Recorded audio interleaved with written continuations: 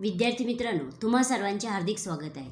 आपण final account या टॉपिकचा पान नंबर 24 वरील पहिला प्रॉब्लेम सोडवत आहोत आणि मागील तासाला आपण ट्रायल बॅलन्सच्या डेबिट बॅलन्सेसचं पूर्ण पोस्टिंग केलेलं आहे. याचा अर्थ आता क्रेडिट बॅलन्सेसचं आपण पोस्टिंग करणार आहोत. पहा, क्रेडिट बॅलन्सेसमध्ये सुरुवातीला आहे जनरल रिझर्व 14,500 रुपये आणि जनरल रिझर्व येतात बॅलन्स शीटच्या लायबिलिटी साईडला.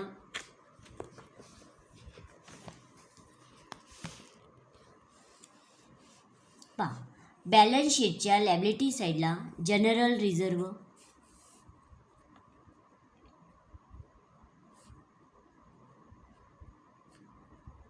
आणि ते आहेत 14,500 रुपये. आपण पुन्हा ट्रायल बॅलन्समध्ये पाहूया. जनरल रिझर्व नंतर आहेत कॅपिटल. दया यांचं कॅपिटल आहे 1,60,000 रुपये आणि क्षमा यांचं कॅपिटल आहे 1,20,000 रुपये आणि कॅपिटल अकाउंट आपण ओपन केलेलं आहे. त्याचा इफेक्ट येतो पार्टनर्स कॅपिटल अकाउंटच्या क्रेडिट साईडला बाय बॅलन्स ब्रॉडडाऊन या नावाने ते त्यांचं कॅपिटल पार्टनर्स कॅपिटल अकाउंटच्या क्रेडिट साईडला त्याचे पोस्टिंग करावे बाय बॅलन्स ब्रॉडडाऊन. दया यांचं कॅपिटल आहे 1,60,000 रुपये. दया यांच्या कॉलममध्ये लिहूया. क्षमा यांचं कॅपिटल आहे 1,20,000 रुपये आणि ते लिहूया क्षमा यांच्या कॉलममध्ये. हे झालं कॅपिटलचं पोस्टिंग. आता आपण पुन्हा ट्रायल बॅलन्समध्ये पाहूया. ट्रायल बॅलन्समध्ये कॅपिटल नंतर आहेत क्रेडिटर्स 98,000 रुपये. याचा अर्थ आपण देणं आहे 98,000 रुपये आणि क्रेडिटर्स येतात बॅलन्स शीटच्या लायबिलिटी साईडला. पहा, बॅलन्स शीटच्या लायबिलिटी साईडला क्रेडिटर्स डायरेक्ट आउटर कॉलमला, कारण त्यावरती काही ॲडजस्टमेंट नाही म्हणून 98,000 रुपये आपण डायरेक्ट आउटर कॉलमला लिहित आहोत. त्यानंतर आपण पुन्हा ट्रायल बॅलन्समध्ये पाहूया. क्रेडिटर्स नंतर आहेत RDD 1,800 रुपये. RDDचा फुल फॉर्म होतो रिझर्व फॉर डाऊटफुल डेट्स. पहा, RDD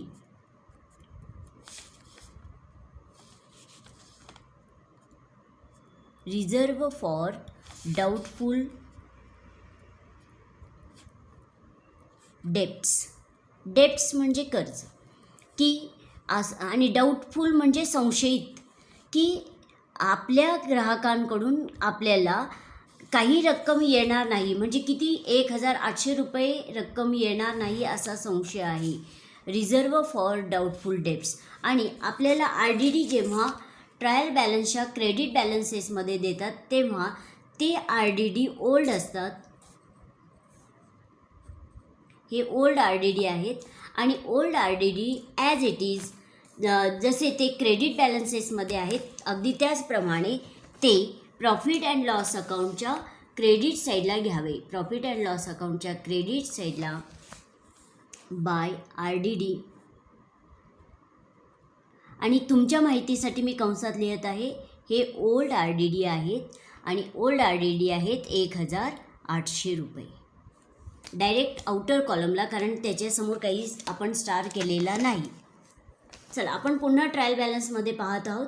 RDD नंतर आहेत सेल्स 2,85,500 रुपये. याचा अर्थ आपण त्या वर्षी मालाची विक्री केलेली आहे एकूण 2,85,500 रुपयांची आणि सेल्स येतात ट्रेडिंग अकाउंटच्या क्रेडिट साईडला. ट्रेडिंग अकाउंटच्या क्रेडिट साईडला बाय सेल्स आणि इनर कॉलमला 2,85,500. आपण इनर कॉलमला यासाठी ते लिहिलेले आहेत की आपल्याला हे 6,000 अनरेकॉर्डेड सेल्स त्यामध्ये ॲड करायचे आहेत आणि जी रक्कम येईल ॲड करून त्यातून 2,000 रुपये सेल्स रिटर्न लेस करायचे आहेत. म्हणून आधी आपण अनरेकॉर्डेड सेल्स ॲड करूया. आपण पोस्टिंग करून ठेवलं होतं सुरुवातीलाच. उत्तर आलेलं आहे 2,91,500 रुपये आणि त्यातून 2,000 लेस करायचे आहेत आपल्याला आणि लेस करून ते आउटरला घ्यायचे आहेत.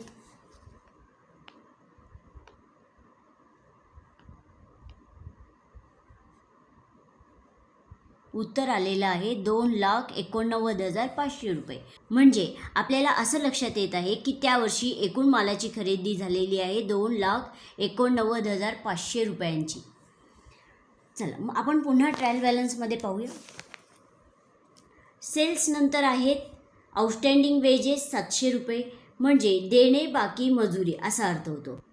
आउटस्टँडिंग वेजेस ही काही इथे ॲडजस्टमेंट नाही, फक्त इन्फॉर्मेशन म्हणजे आपल्याला माहिती दिलेली आहे की त्या वर्षी मजुरी देणं बाकी आहे 700 रुपये. आउटस्टँडिंग वेजेस येतात बॅलन्स शीटच्या लॅबिलिटी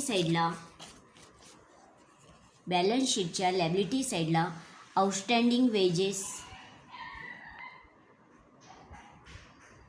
डायरेक्ट आउटर कॉलमला 700 रुपये. आपण पुन्हा ट्रायल बॅलन्समध्ये पाहूया. आउटस्टँडिंग वेजेस नंतर आहेत परचेस रिटर्न्स आणि त्याच्यासमोर आपण अशी बरोबरची खूण करून ठेवलेली आहे. याचा अर्थ तो इफेक्ट नोंदवून झालेला आहे आपला. चला पुढे आहेत डिस्काउंट 1,800 रुपये. आणि जेव्हा आपल्याला ट्रायल बॅलन्सच्या क्रेडिट बॅलन्सेसमध्ये डिस्काउंट देतात ते डिस्काउंट आपल्याला मिळालेले असतात, म्हणजे हे प्राप्त किंवा रिसिव्ड आहेत किंवा मिळालेले आहेत. डिस्काउंट आपल्याला इथे मिळालेले आहेत म्हणजे आपला फायदा आहे, म्हणून तो इफेक्ट घेऊया. प्रॉफिट अँड लॉस अकाउंटच्या क्रेडिट साईडला बाय डिस्काउंट रिसिव्ड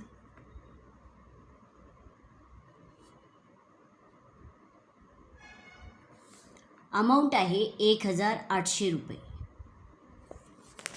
जेव्हा आपल्याला ट्रायल बॅलन्समध्ये डिस्काउंट क्रेडिट बॅलन्सेसमध्ये देतात ते आपल्याला प्राप्त झालेले असतात, आणि जेव्हा डिस्काउंट आपल्याला ट्रायल बॅलन्सच्या डेबिट बॅलन्सेसमध्ये दिलेले असतात तेव्हा ते आपण आपल्या ग्राहकाला डिस्काउंट दिलेला असतो. म्हणजे हा डेबिट बॅलन्सेसमधील जो डिस्काउंट आहे आपण पेड केलेला आहे, आणि ट्रायल बॅलन्सच्या क्रेडिट बॅलन्सेसमध्ये जो डिस्काउंट आपल्याला दिसत आहे तो आपल्याला मिळालेला आहे. मग मिळाला म्हणजे आपला फायदा झाला, म्हणून आपण तो प्रॉफिट अँड लॉस अकाउंटच्या क्रेडिट साईडला नोंदवला. कारण प्रॉफिट अँड लॉस अकाउंटच्या क्रेडिट साईडला नॉमिनल अकाउंटच्या नियमाप्रमाणे all indirect incomes and gains नोंदवले जातात, म्हणून हा इफेक्ट आपण प्रॉफिट अँड लॉस अकाउंटच्या क्रेडिट साईडला घेतलेला आहे. आपण पुन्हा ट्रायल बॅलन्समध्ये पाहूया. डिस्काउंट नंतर आपल्याला असं लक्षात येत आहे की ट्रायल बॅलन्सच्या क्रेडिट बॅलन्सेसचं पूर्ण पोस्टिंग झालेलं आहे. याचा अर्थ आता ज्या काही उर्वरित ॲडजस्टमेंट आहेत त्या आपल्याला सोडवायच्या आहेत. पहा, एकूण आपल्याला 6 ॲडजस्टमेंट दिलेले आहेत या प्रॉब्लेममध्ये. त्यातील दुसरी, तिसरी, 5वी आणि 6वी ॲडजस्टमेंट आपली पूर्ण झालेली आहे. म्हणजे पहिली आणि 4थी ॲडजस्टमेंट आपल्याला आता सोडवायची आहे. चला मग आता आपण पहिली ॲडजस्टमेंट सोडवत आहोत. पहिली ॲडजस्टमेंट आहे क्लोजिंग स्टॉक ₹40,000. क्लोजिंग स्टॉक म्हणजे मालाचा साठा, की वर्षाच्या शेवटी असलेला मालाचा साठा म्हणजे 40,000 रुपयांचा आहे तो, की न विकला गेलेला माल. आणि प्रत्येक ॲडजस्टमेंटचे 2 इफेक्ट येतात. अगदी त्याचप्रमाणे क्लोजिंग स्टॉक ह्या ॲडजस्टमेंटचे सुद्धा 2 इफेक्ट आपल्याला लिहायचे आहेत. त्या वर्षी मालाचा साठा शिल्लक आहे 40,000 रुपयांचा. फर्स्ट इफेक्ट येतो क्लोजिंग स्टॉकचा ट्रेडिंग अकाउंटच्या क्रेडिट साईडला बाय क्लोजिंग स्टॉक, आणि मालाचा साठा शिल्लक आहे 40,000 रुपयांचा डायरेक्ट आउटर कॉलमला. आणि सेकंड इफेक्ट येतो बॅलन्स शीटच्या ॲसेट साईडला क्लोजिंग स्टॉक, आणि ॲसेट साईडची सुरुवात टू किंवा बाय या शब्दाने करायची नाही, कारण बॅलन्स शीट हे एक स्टेटमेंट आहे, ते अकाउंट नाही. क्लोजिंग स्टॉक आहे 40,000 रुपये. म्हणजे आपण क्लोजिंग स्टॉक या ॲडजस्टमेंटचे 2 इफेक्ट लिहिलेले आहेत. फर्स्ट इफेक्ट ट्रेडिंग अकाउंटच्या क्रेडिट साईडला आणि सेकंड इफेक्ट आपण बॅलन्स शीटच्या ॲसेट साईडला लिहिला.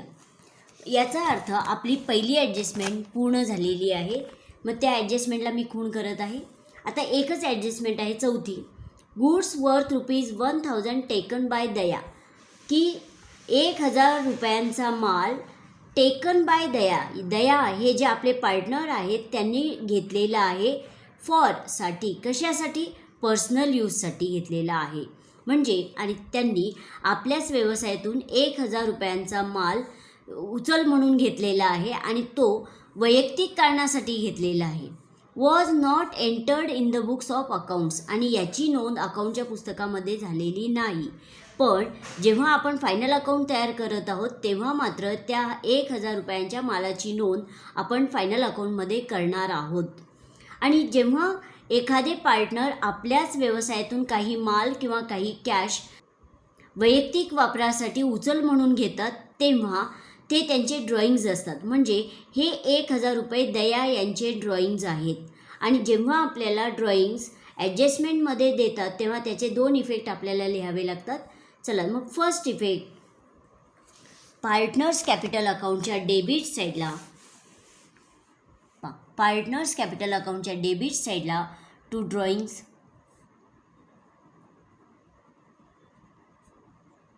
आणि 1,000 रुपयांचा माल फक्त दया यांनी उचल म्हणून घेतलेला आहे. मग दया यांच्या कॉलममध्ये आपण 1,000 रुपये लिहूया आणि त्यावेळेस क्षमा यांच्या कॉलममध्ये डॅश, कारण क्षमा यांनी तो माल घेतलेला नाही, फक्त दया यांनी घेतलेला आहे. हा झाला first effect. Second effect, trading अकाउंटच्या क्रेडिट साईडला by goods taken by Daya यांनी तो माल 1,000 रुपयांचा उचल म्हणून घेतलेला आहे. मग 1,000 रुपये आपण ट्रेडिंग अकाउंटच्या क्रेडिट साईडला आउटर कॉलमला लिहिले. आपण पुन्हा प्रॉब्लेममध्ये पाहूया. तर आपल्याला असं लक्षात येत आहे की चौथ्या ॲडजस्टमेंटचे सुद्धा 2 इफेक्ट आपले लिहून झालेले आहेत. म्हणजे चौथी ॲडजस्टमेंटसुद्धा पूर्ण झालेली आहे. म्हणजे या प्रॉब्लेमचं आपलं पूर्ण पोस्टिंग झालेलं आहे. याचा अर्थ आपल्याला आता प्रॉब्लेम टॅली करायचा आहे. मग टॅली करण्यासाठी आधी ट्रेडिंग अकाउंट क्लोज करायचे आहे आपल्याला, त्यानंतर profit and loss account close करायचे आहे आणि त्यानंतर पार्टनर्स कॅपिटल अकाउंट क्लोज करायचे आहे आणि सर्वात शेवटी बॅलन्स शीट क्लोज करायचे आहे. चला तर मग आपण ट्रेडिंग अकाउंट सुरुवातीला क्लोज करूया. मग ट्रेडिंग अकाउंट क्लोज करण्यासाठी ट्रेडिंग अकाउंटच्या डेबिट साईडची आपल्याला स्वतंत्र बेरीज करायची आहे आणि क्रेडिट साईडची स्वतंत्र बेरीज करायची आहे आउटर कॉलमची. आधी मी बेरजेच्या रेघा ओढून घेणार आहे. डेबिटला सुद्धा बेरजेच्या रेघा आपल्याला ओढून घ्यायच्या आहेत आणि क्रेडिटला सुद्धा.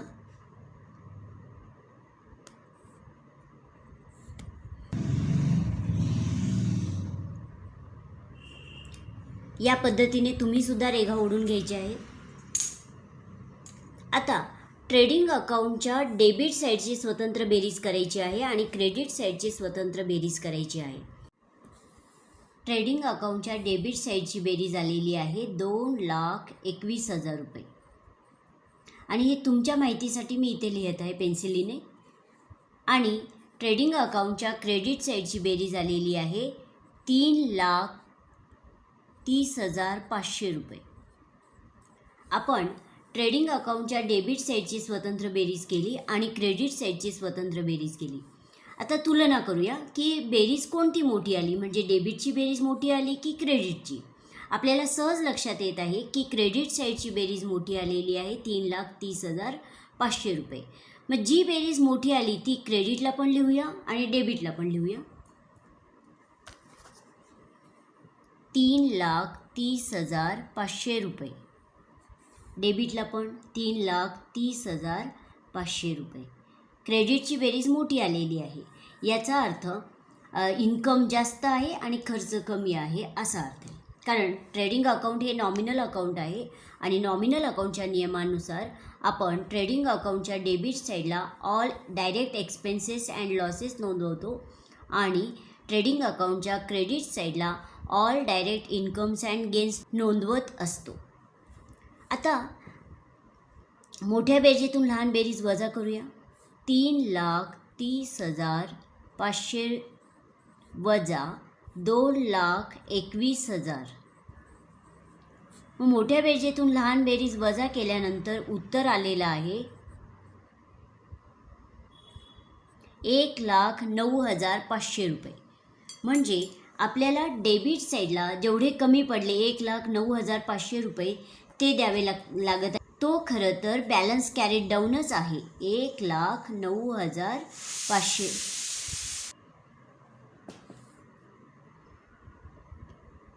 500 म्हणजे 1,09,500 रुपये हा जो बॅलन्स कॅरीड डाऊन आहे तो ट्रेडिंग अकाउंटचा क्रेडिट बॅलन्स आहे.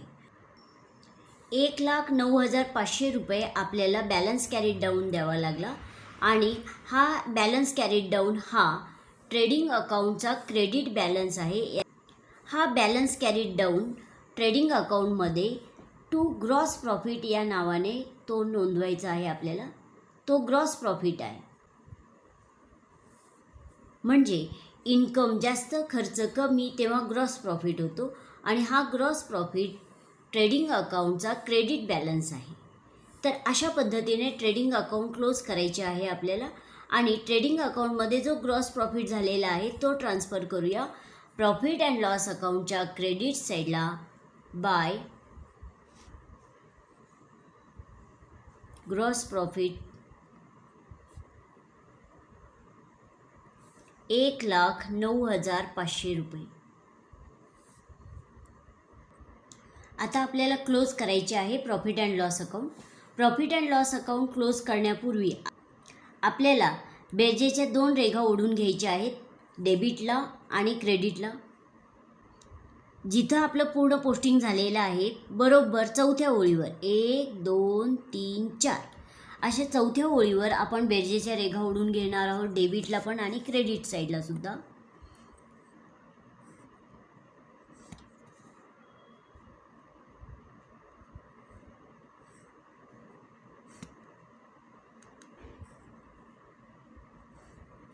रेघा ओढून झाल्यानंतर प्रॉफिट अँड लॉस अकाउंटच्या डेबिट साईडची स्वतंत्र बेरीज करायची आहे आपल्याला आणि क्रेडिट साईडची स्वतंत्र बेरीज करायची आहे. डेबिट साईडची स्वतंत्र बेरीज केल्यानंतर उत्तर आलेलं आहे 26,479 आणि क्रेडिट साईडची बेरीज स्वतंत्र केल्यानंतर उत्तर आलेलं आहे 1,15,100 रुपये. आता तुलना करूया की मोठी बेरीज कोणती आहे, डेबिटची आहे की क्रेडिट साईडची आहे. तर मोठी बेरीज आलेली आहे क्रेडिट साईडची. म्हणजे जेव्हा क्रेडिट साईडची बेरीज मोठी येते तेव्हा इन्कम जास्त आणि खर्च कमी असा अर्थ होतो. जी बेरीज मोठी आली ती क्रेडिटला पण लिहूया आणि डेबिट साईडला पण लिहूया. 1,15,100 रुपये. 1,15,100. आता मोठ्या बेरजेतून लहान बेरीज वजा करूया. 1,15,100 वजा 26,479 आणि वजाबाकी केल्यानंतर उत्तर आलेलं आहे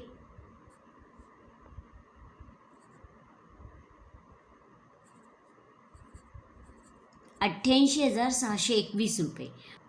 म्हणजे त्यांना एकूण नेट प्रॉफिट झालेला आहे 88,621 रुपये. मग मी इथे लिहिते 88,621 आणि हे जे पेन्सिलीने लिहिलेलं आहे तुमच्या माहितीसाठी मी लिहिलेलं आहे आणि हे आपल्याला खोडून टाकायचं आहे. मग हा जो एकूण नेट प्रॉफिट आहे तो दोघाही पार्टनर्सला वाटून द्यायचा आहे. To net profit. मग दया आणि क्षमा.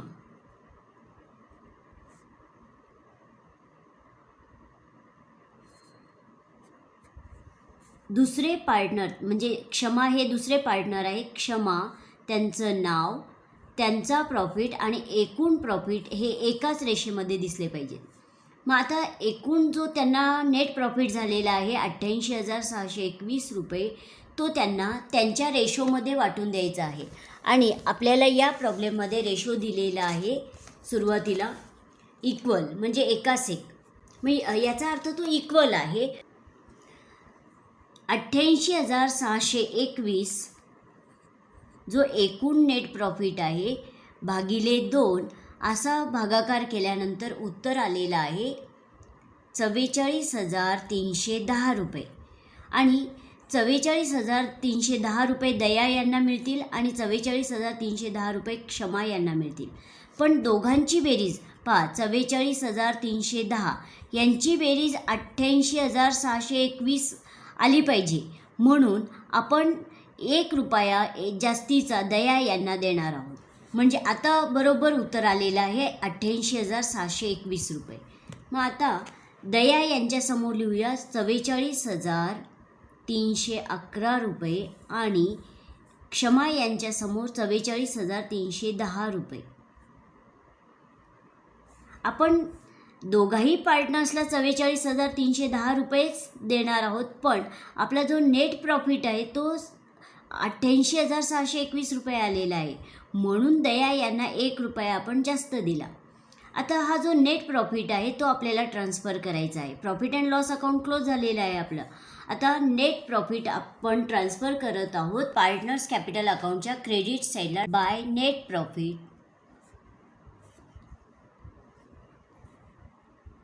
नेट प्रॉफिट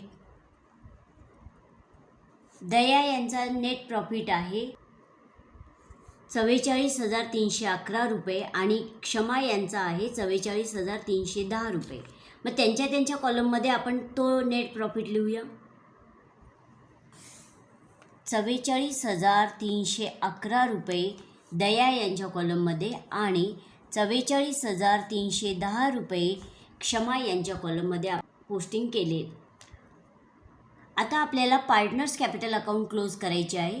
मग क्लोज करण्यासाठी आधी आपण बेरजेच्या रेघा ओढून घेणार आहोत, डेबिट साईडला सुद्धा आणि क्रेडिट साईडला सुद्धा. या पद्धतीने तुम्ही सुद्धा रेघा ओढून घ्यायच्या आहेत.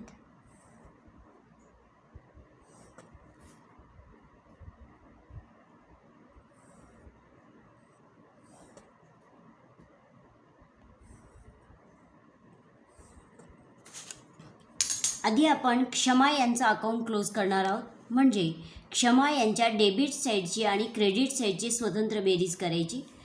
क्षमा यांच्या डेबिट साईडला कोणतीही अमाऊंट नाही. आता क्रेडिट साईडची बेरीज पाहूया. 1,20,000 प्लस 44,310 रुपये बेरीज आलेली आहे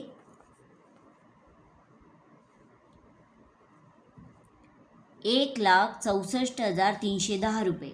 मग बेरीज मोठी आली क्रेडिट साईडची, कारण डेबिटला कोणतीही अमाऊंट नाही. मग जी बेरीज मोठी आली ती क्रेडिटला पण लिहिली आपण. आता डेबिट साईडला पण लिहूया 1,64,310 रुपये. याचा अर्थ आपल्याला डेबिट साईडला सर्वच्या सर्व रक्कम कॅरीड डाऊन द्यावी लागत आहे क्षमा यांच्या कॉलममध्ये. मग तेव्हा बेरजेमध्ये 1,64,310 रुपये दिसतील.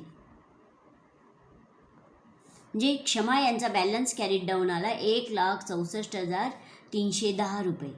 To balance carried down. आता आपल्याला क्लोज करायचं आहे दया यांचं अकाउंट. दया यांच्या डेबिट साईडला आहेत 1,000 रुपये आणि क्रेडिट साईडला आहेत 1,60,000 प्लस 44,311 रुपये. मग आपल्याला सहज लक्षात येत आहे की दया यांच्या क्रेडिट कॉलमची बेरीज मोठी येत आहे. मग ती आलेली आहे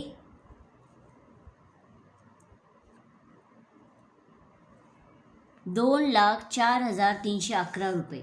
जी बेरीज मोठी आली ती क्रेडिटला पण लिहिली आपण. आता डेबिट साईडला पण लिहूया 2,04,311 रुपये. मोठ्या बेरजेतून लहान बेरीज वजा करूया, म्हणजे आपल्याला बॅलन्स कॅरीड डाऊन किती द्यावा लागतो हे पाहू. 2,04,311 वजा 1,000 रुपये. उत्तर आलेलं आहे 2,03,311 रुपये. म्हणजे पार्टनर्स कॅपिटल अकाउंट क्लोज झालेला आहे. हा जो बॅलन्स कॅरीड डाऊन आहे तो त्या पार्टनर्सचं खरं कॅपिटल आहे. म्हणजे सर्व खर्च वजा जाता त्यांच्या अकाउंटमध्ये आपल्याला दया यांच्या अकाउंटमध्ये दिसत आहे 2,03,311 रुपये कॅपिटल आणि क्षमा यांचं कॅपिटल दिसत आहे 1,64,310 रुपये. हे कॅपिटल आपण बॅलन्स शीटच्या लॅबिलिटी साईडला ट्रान्सफर करणार आहोत. Partners capital account.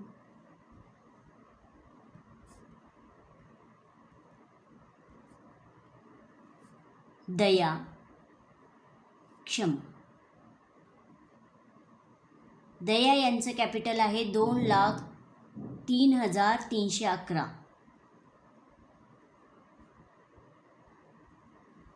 क्षमा यांचं कॅपिटल आहे 1,64,310.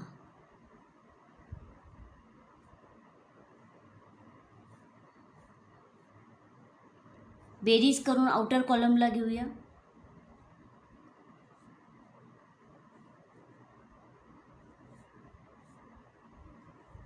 उत्तर आलेलं आहे 3,67,621 रुपये.